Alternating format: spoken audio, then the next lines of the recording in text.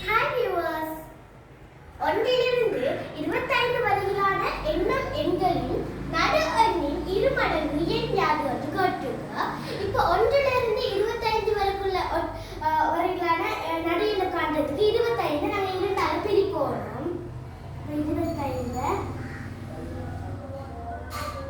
ரெண்டால பிரிச்சோம்னா 2 ல 2 1 1 2 2 5 5 ல 2 2 2 4 1 மீதி.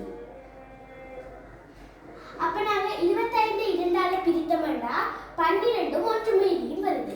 இப்ப நாங்க 12ஐயும் அந்த 1 மீதியை கூட்டினோம்னா 13. அப்ப 13 தான் இதோட நடு எண்.